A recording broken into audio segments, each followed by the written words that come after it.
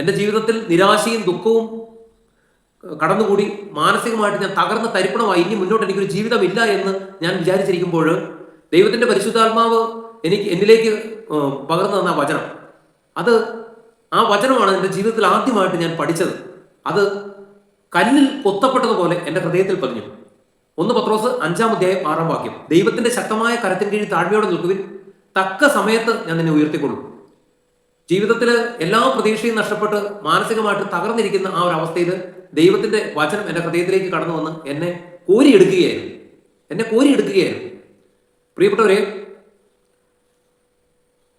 വർഷങ്ങൾക്ക് ശേഷം ഞാൻ എറണാകുളത്ത് ട്രാവൽസിൽ വർക്ക് ചെയ്യുമ്പോൾ ദൈവത്തിന്റെ ഈ ജീവനുള്ള വചനം എൻ്റെ ജീവിതത്തിൽ ചുരുങ്ങിയ ഒരു അത്ഭുതം, ഞാൻ ഈ വചനത്തിന്റെ ശക്തി അറിഞ്ഞ ഒരു അനുഭവമാണ് ഇനി എനിക്ക് നിങ്ങളുമായിട്ട് പങ്കുവയ്ക്കാനുള്ളത്. ഒരു ഹോണ്ട സിറ്റി കാർ, അന്ന് ആ കാറിന് എനിക്ക് തോന്നുന്നു കുറഞ്ഞൊരു 12 ലക്ഷം രൂപ വിലയുണ്ട്. ഒരു ഫാമിലിയിൽ അവരുടെ വണ്ടി ഓടിക്കാനായിട്ട് അവരെന്നെ വിളിച്ചതാണ്. അപ്പം പത്തനംതിട്ട തിരുവല്ലയ്ക്ക് അപ്പുറത്തുള്ള ഒരു സ്ഥലം, കോടച്ചേരിയോ അങ്ങനെ ഒരു സ്ഥലത്താണ് പോകേണ്ടത്. അവരുടെ കുടുംബം അവിടെയാണ്, അവിടെ പോകണം. അപ്പോൾ ഒരു 3 ദിവസം യാത്രയാണ്. അപ്പോൾ അന്നൊക്കെ എന്ന് പറഞ്ഞു കഴിഞ്ഞാൽ ഞാൻ എവിടെ പോയാലും ഞാൻ എൻ്റെ കയ്യിൽ കരുതുന്ന ഒരു സമ്പൂർണ്ണ ബൈബിളുണ്ട്. ഞാനൊരു ധ്യാനത്തിന് പോകുന്നവരാണ് എവിടെ പോയാലും പോകുന്നത്. ഡ്രസ്സ് കരുതും, അതിൻ്റെ കൂട്ടത്തിൽ ഞാൻ എൻ്റെ ബാഗിൽ എപ്പോഴും ബൈബിൾ കരുതും. എന്നിട്ട് ഞാൻ എന്ത് ചെയ്തു, ആ ദിവസങ്ങളിൽ 3-ാം ദിവസം തിരിച്ച് എറണാകുളത്തേക്ക് പോരുന്ന ദിവസമാണ്. അപ്പോൾ രാവിലെ കുളിച്ച് ഫ്രഷായി നല്ല ഡ്രസ്സൊക്കെ ഇട്ടു.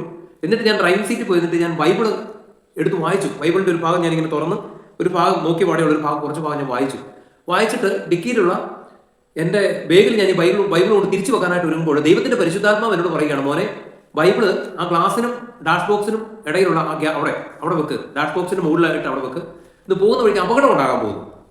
അപ്പം ഞാൻ ആദ്യം ഒന്ന് സംശയിച്ചു. പിന്നെ ഞാൻ എണീറ്റ് ബൈബിൾ കൊണ്ട് വെക്കാൻ തുടങ്ങിയപ്പോൾ വീണ്ടും ഈ വചനം, ഈ പരിശുദ്ധാത്മാവ് ഈ മെസ്സേജ് എനിക്ക് വീണ്ടും തന്നു. ഞാൻ ഓർത്തു, ഇത് മറ്റൊരു സഭക്കാരാണ്, മാർത്തോമ അങ്ങനെ ഒരു സഭക്കാരാണ്, അവർക്ക് ഇത് ഇഷ്ടപ്പെടുമോ ഇല്ലെന്ന് എനിക്കറിയില്ല. കാരണം അവരുടെ വണ്ടിയല്ല, എൻ്റെ വണ്ടിയല്ലല്ലോ. ഇപ്പോൾ ട്രാവൽസിൽ എന്നെ ഏൽപ്പിച്ച് വിട്ട വണ്ടിയാണെങ്കിൽ എനിക്ക് എന്തും ചെയ്യാം.